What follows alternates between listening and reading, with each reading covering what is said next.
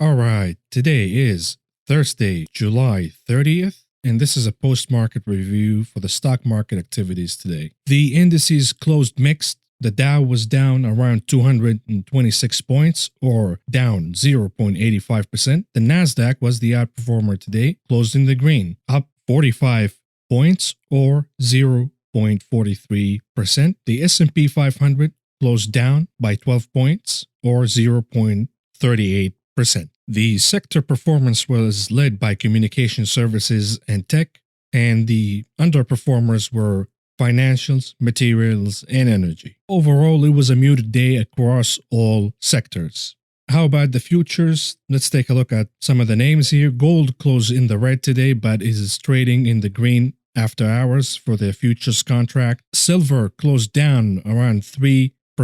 Little over 3%. And I did warn you that be careful with silver because silver, unlike gold, has the tendency of attracting short-term traders who take profits quickly after strong runs, causing these very sharp reactions. We see weakness in oil today. Crude oil was down, so did some metals like platinum and palladium. On the other hand, coffee was up big today. The run in coffee continues. And we saw a little bit of softening in lumber prices finally took a break. Let's move on to the heat map and see how different sectors acted today. Remember, I warned you yesterday that the movement during Fed's day could be a knee-jerk reaction. So wait for the day after because usually the reaction happens in the day after and the days to come. We saw the financial sector rallying yesterday and that did not make any sense, because of the Fed's promise to keep interest rates as low as possible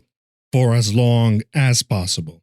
And now you see financials trading in the red today. Energy was down big on the heels of the movement in crude oil. Of course, I opened a position in Chevron, so I wasn't happy today. Chevron, of course, reports tomorrow. Tomorrow I will look through the details. If their upstream business starts to pick up a little bit and the downstream business is continuing the outperformance, I could add more. But we have to see what numbers will Chevron report tomorrow. If they're bad, if they're going to touch the dividend, then we'll nip it in the bud and close the position. Materials closing in the red today. And the outperformers, of course, a rebound in the XBI, the biotech index, and of course consumer defensives, my favorite sector in the market right now, continues to outperform. Of course, we saw good earnings from Procter & Gamble in the morning and Kraft Heinz, both reported positive trends from consumers. Resorts were up today. However, after hours, we had MGM reporting that revenue fell over 90%, so we'll see how the stock reacts tomorrow. And Expedia, of course, reported bad earnings too. Last time I checked, it's trading in the red after hours. This is a name that I started shorting last week. But the story of the day, of course, and the story after the bell is all about tech, specifically big technology companies. They're all trading in the green after hours, specifically Facebook, Apple, and Amazon. Google is a little muted. Out of all the beats, Facebook had the cleanest beats. There were a lot of pessimism about the ad boycott, but of course, Facebook continues to outperform, and we will see a lot of short covering in Facebook because a lot of people made bearish bets based on the boycott ads against Facebook. Amazon, of course, because of the monopoly they're having over online commerce during the pandemic, reported as expected huge revenues and profits. But the AWS, the cloud unit, was a little underperforming, so we will see how the market reacts tomorrow. If these gains are gonna hold in Amazon, specifically Google, is a little weaker among the big four. But of course, the biggest story, and I told you, as Apple goes, so will the market. Apple is the most important name in the stock market right now. Apple rallying big, and if you remember in my earnings preview video, I told you it's all about the Mac number. We need to see if people are spending and upgrading their equipment, and specifically their laptops and their desktops, due to the work from home culture. What do you know? The revenue for Macs this quarter was up big, so Apple met my expectations here. And of course, the big news after the bell, they are announcing a $4 to one stock split, so the stock will trade around $100 after the split if these prices hold. The conference call still didn't take place, so we will wait. If these are knee-jerk reactions, the pops, each of the big technology names is up 5% plus. We'll see if that will hold after the conference calls and tomorrow after the opening. Or are we going to see profit taking and the phenomenon of sell the news happening? If you've been following me, you know that I shorted Apple on July 21st at the price of $3.95. I made that publicly available on Twitter, so my position now is underwater. The question is, will I cover? The obvious answer is I would not hold the short against a stock split. That is just financial suicide. But will I close immediately in the morning tomorrow? Probably not. I want to see if there's profit taking or where the trend is going to lower my losses and perhaps maybe inch a little bit of a profit in my trade before I exit it. And of course, that would make me long Apple. It's involuntary and I probably would not keep the position. I still think, yes, Apple had very good numbers this quarter, but as the consumer continues to weaken, will these numbers hold? Remember, unemployment benefits are being reduced. And after a while, the employees who are furloughed or permanently unemployed yet receiving reduced salaries from unemployment, that will go away and consumer power will weaken. How would that affect Apple in the future? Right now, the consumer is still flush with cash because even if you're unemployed, you're getting unemployment benefits, you're getting $600 extra a week from the federal government. And a lot of people have savings and have some disposable income to spend on these items. I am not sure that the consumer power will remain stable and positive in the months to come, so long as the crisis continues. Furthermore, are they going to delay the 5G phone? We will see. I haven't listened to the conference call yet.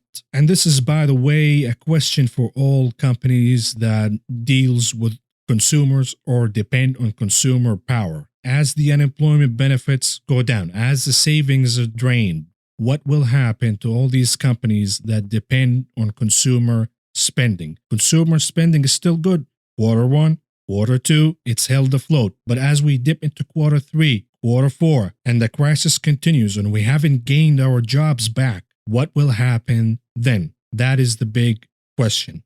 Now, let's move on to some of the headlines that shaped the day before and during. Overnight, we had some news from Europe, specifically on the German economy. The German economy announced its steepest contraction in record. We saw the DAX closing heavily in the red. And of course, a major car manufacturer in Germany, Volkswagen, announced their earnings and they lost over $940 million this quarter. We saw the same theme going on with GM. Car manufacturers, vehicle manufacturers are in a world of pain right now. How about our economy? It was our turn before the bell to report our GDP number, and it was a disaster, to say the least, down 33%.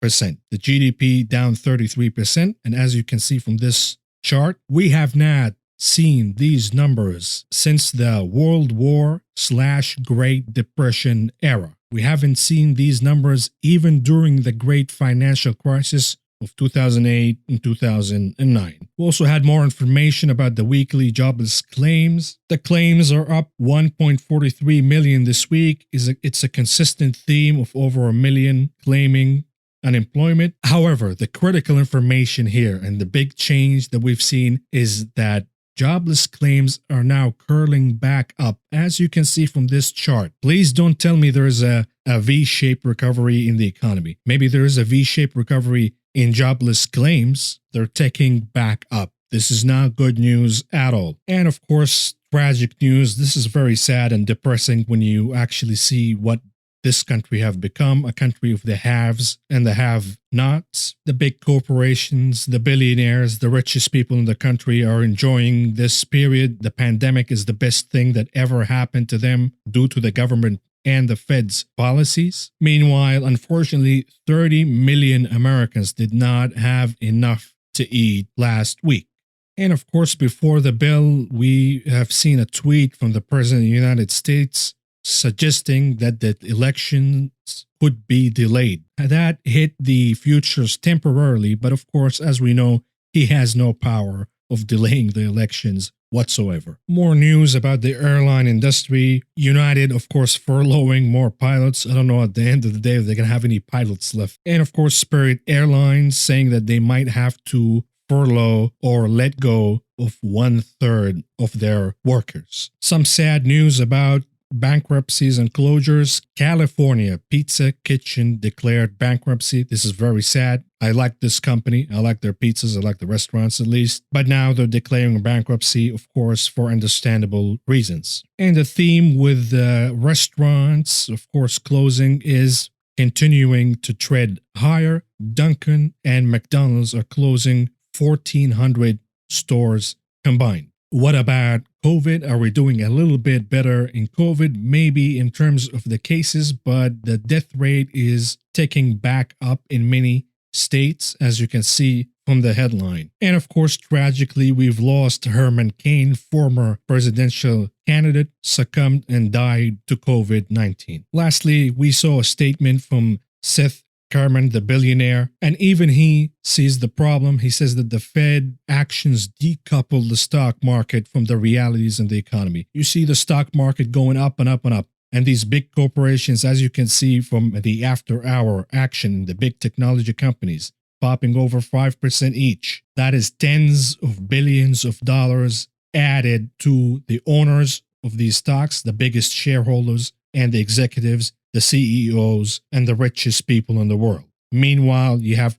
30 million Americans who did not have enough to eat last week. Now, let's move to the charts and see what happened today. The SPY, the S&P 500, recaptured the resistance line. You can see from the 15 minutes chart, it did test the resistance line after breaking it twice, and it succeeded in trending higher. This is bullish and positive for the SPY. You cannot put your bias negative goggles on and say that this is bearish, at least for the short term. Breaking above the resistance line, catching the support, that is bullish behavior in the SPY. What about the Qs? The Qs, of course, having a big day after hours. We want to see the Qs trend to the upper channel that I drew on the chart right in front of you, and we need to break above the trend. What we don't want to see is for the Qs to have the phenomenon of gap and crap tomorrow morning, meaning they open up, they gap higher, and then they start to sell off due to investors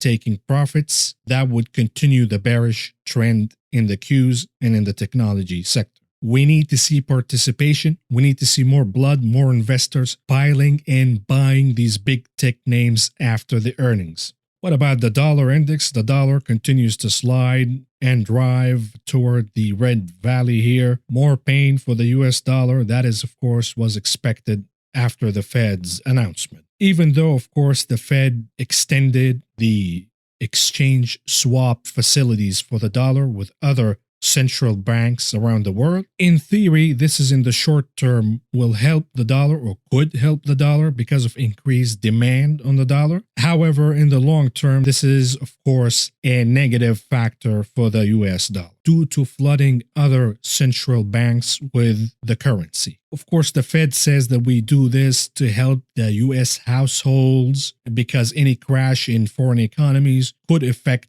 US households. This is bullshit. How is a crash in the Central Bank of Indonesia affects U.S. households? This is about the U.S. dollar supremacy and the Fed's supremacy over the central banking system around the world.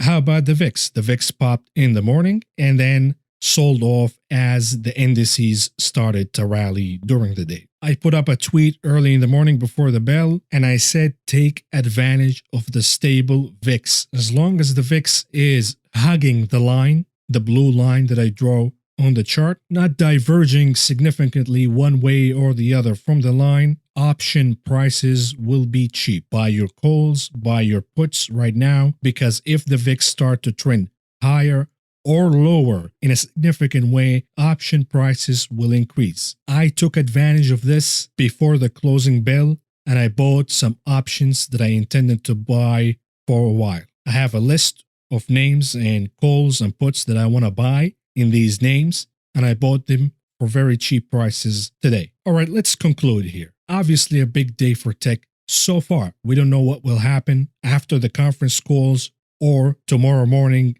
and by the end of the day as well. The question is, do we go ahead and buy technology names now? Do we go ahead and buy Amazon, Apple, Facebook, Google? Because these are the names that are benefiting from the pandemic environment in a big way. You've seen Amazon. These are mammoth numbers in revenue and profits. Should we hop in? You have to factor that with the valuation. Did the stock already price these movements? The algos after hours says no, and they're popping the stocks over 5% a piece, with exception to Google, of course, last time I checked. We will see how humans react in the morning. Will humans look at the numbers and say, yeah, they're good, but the stock is already pricing these numbers, let's take some profits?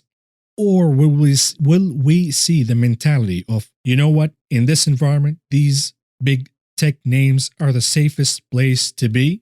They are benefiting and growing from the pandemic environment. So why not pour more money into it and increase our position? This is the battle that's going to happen tomorrow morning, and it will be interesting to watch. For the bulls, we don't want to see sell the news phenomena in the morning.